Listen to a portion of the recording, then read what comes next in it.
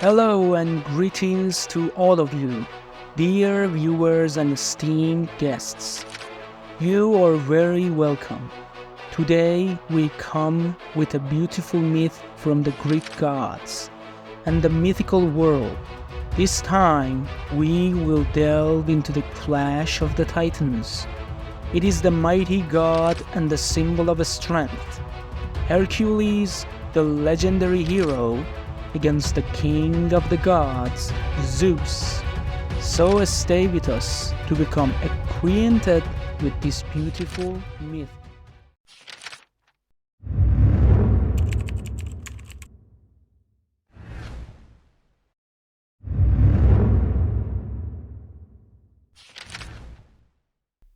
Once upon a time, in the ancient era of mythical beings, during the period of Greek mythology, the gods ruled over the earth, and they were worshipped by the people.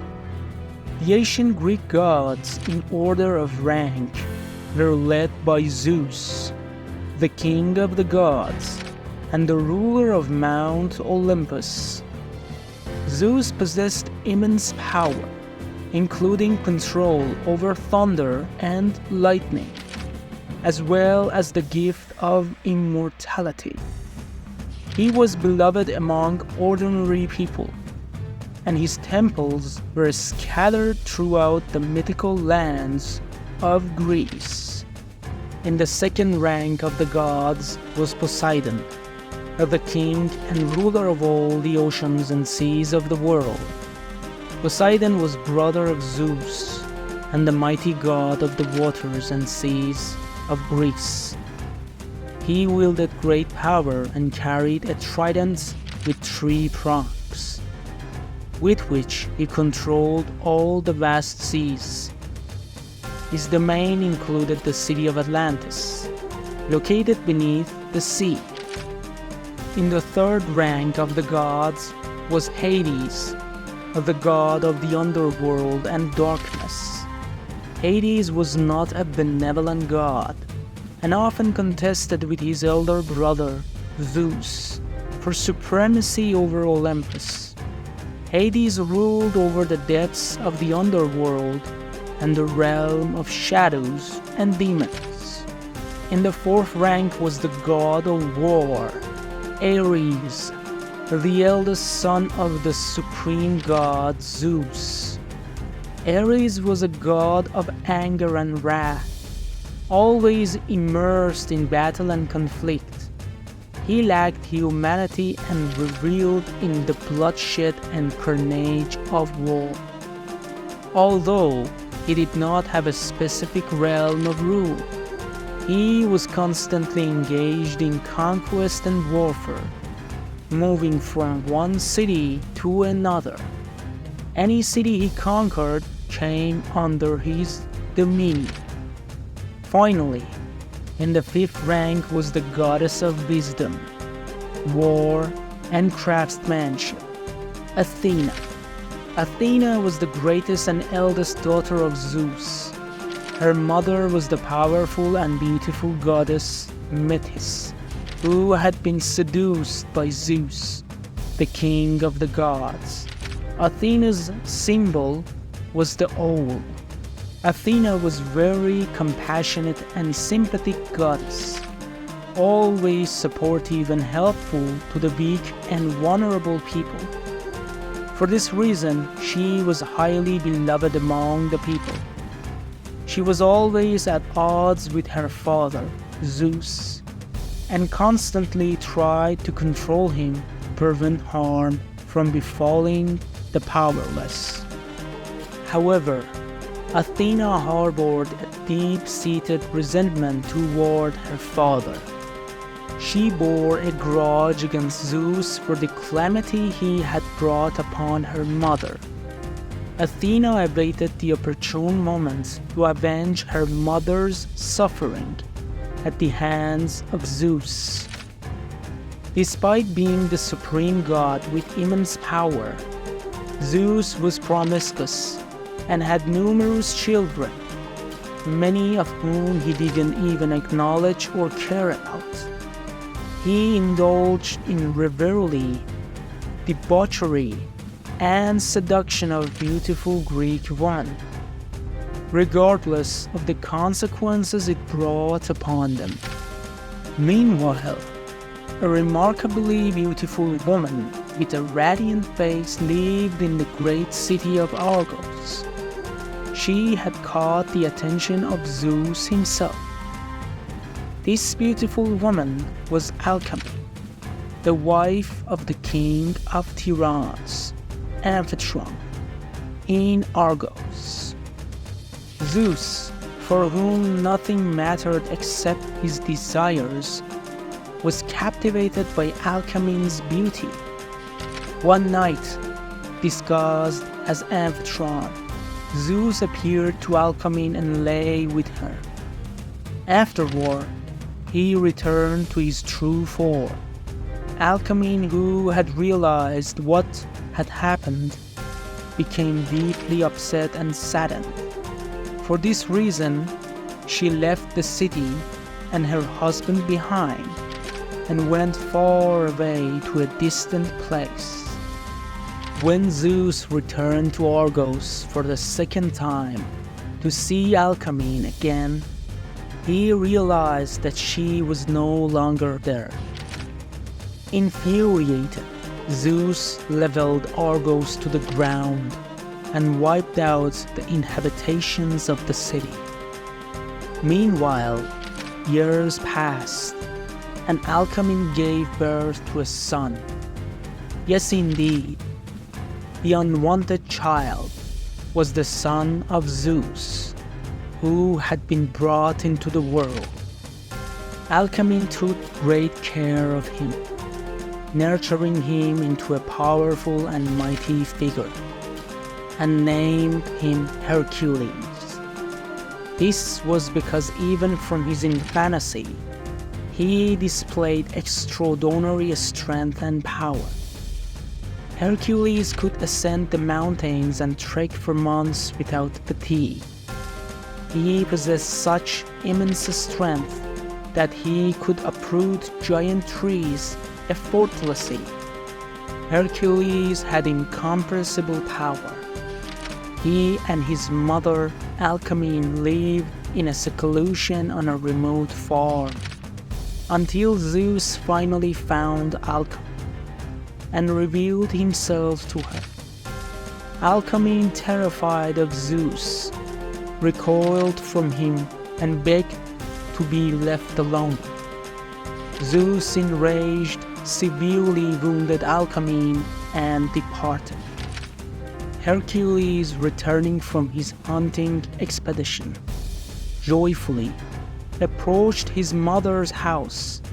However, upon arrival, he saw his mother laying beside their house, which was burning in fire. He rushed to her side and embraced her, tears streaming from his eyes. Alcmene, at the end of her life, whispered to Hercules, "Forgive me, my son, for I never told you who your father is. Your father is Zeus, the god of gods." With those words, her eyes closed forever. Hercules, overcome with grief and sadness, didn't know what to do. Shocked and bewildered, he laid his mother to rest and prepared himself to journey to another city. At that moment, Athena, the goddess of warfare and craftsmanship, appeared before him. Hercules was startled and stepped back. Athena reassured him, "Calm down. I am Athena, the goddess of craftsmanship, and I have come here to tell you the truth." Athena proceeded to explain the whole story to Hercules from the beginning. Hercules, filled with anger and sorrow, felt the flames of vengeance ignite within him. He wanted to seek revenge against Zeus. However, Athena advised him, It is true that you are the son of Zeus and possess great power, but Zeus is the god of the gods with infinite power and immortality. You must fully harness your power. Only by obtaining your full potential, you can defeat Zeus. You're his equal in blood, so you can kill him. But first, you must fully develop your power. Athena continued to explain that Hercules must complete 12 lovers to fully unlock his extraordinary powers. The first lover would involve defeating a legendary and powerful creature known as the Nemean lion. Hercules embarked on a great journey and successfully vanquished the Nemean lion in the first lover. In the second lover, he confronted the terrifying and mythical creature known as the Hydra, a multi-headed serpent. Hercules emerged victorious, defeating the Hydra. With each lover he completed, Hercules' power grew exponentially. In the third lover, he hunted down the Cernian Hind, a majestic deer with bronze antlers and a body made of gold. In the fourth lover, Hercules battled a wild and monstrous boar, eventually slaying it. He continued to conquer each lover, facing increasingly challenging foes along the way. Finally, in the 12th lover, Hercules confronted a demonic creature known as Cerberus. Cerberus was a massive three-headed dog, ferocious and demonic, much like a dragon, breathing fire from its mouth. After a fierce battle, Hercules defeated Cerberus. Now he had attained immense power, having mastered all his abilities. It was time for him to go into battle against the god of gods, Zeus, and challenge him. At that moment, Athena approached Hercules and said, "I am your true sister, and I care for you deeply. I never want you to kill your own father. In the past, we have both suffered, and I understand your pain. Therefore, know that I will seek my own vengeance one day. If you are not certain about facing Zeus in battle, don't do it. My kindness towards you will never diminish. Remember this." Hercules reached out and touched Athena's face gently, saying, "You're right. You are my beautiful sister. Know that I will seek vengeance for both of us from Zeus, so don't worry." They embraced each other tightly.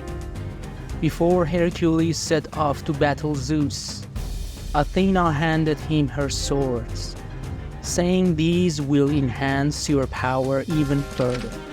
Hercules journeyed onwards until he reached Mount Olympus. Along the way, he battled various creatures and emerged victorious each time. Finally, he ascended to the top of Mount Olympus and arrived at the grand palace of Zeus. There, he saw Zeus seated on his throne. Hercules began to shout, accusing Zeus of being cowardly and pitiful. He taunted Zeus, saying that he was a cowardly god who lacked the courage to fight. Zeus, enraged, rose from his throne, knowing that Hercules was his unwanted son, and that only a demigod could conquer Mount Olympus. Zeus attacked Hercules with all his might. A tremendous battle ensued between the god and the demigod. A fierce struggle between the symbol of divine power, Hercules, the son of Zeus. It was a legendary battle between father and son, a reminiscence of the clash of the Titans. Eventually, both Zeus and Hercules became exhausted and wounded from the intense fight. Despite having lost much of his strength, Hercules' fire of anger and vengeance multiplied his power several times over. With the swords given to him by his sister Athena, he launched a final assault on Zeus. Hercules plunged the swords into Zeus's heart and killed him, concluding the legendary battle. The symbol of power triumphed over the might of the gods. Afterward, Hercules and Athena set about rebuilding Mount Olympus and aiding the hungry and weak. They vanquished all the tyrannical gods one by one, bringing peace and tranquility to all the lands of ancient Greece. And that was an epic tale of wrath, revenge, love, desire, and goodness. A story of the battle of the gods. An astonishing narrative of the clash between the Titans. The story of the battle between father and son. The tale of the god of gods, Zeus, against the symbol of power and the demigod, Hercules. Thank you for listening to this beautiful story so far. If you enjoyed this tale, please like and subscribe, because creating these stories takes a lot of time and effort. I appreciate your support, and I hope I can create better stories for you.